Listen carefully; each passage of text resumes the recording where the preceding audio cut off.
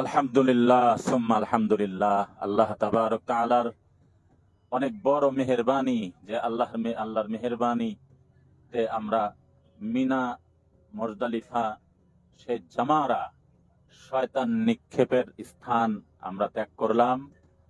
আমরা পর্যায়ক্রমে আরাফাতের ময়দান, মুজদালিফা, মিনা, এরপরে সবচাইতে স্মরণীয় স্থান টপ টু বটম সবাই জানেন যে হজরতে ইব্রাহিম আলাইহিস সালাম তার আপন সন্তান ইসমাইল আলাইহিস সালামকে কোরবান করেছিলেন, যেখানে সেইখানে এখনো সৌদি সরকার সংরক্ষিত করে রেখেছেন।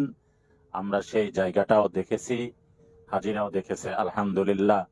অনেক হাজিরা সেই জায়গাগুলি চেনে না, জানে না।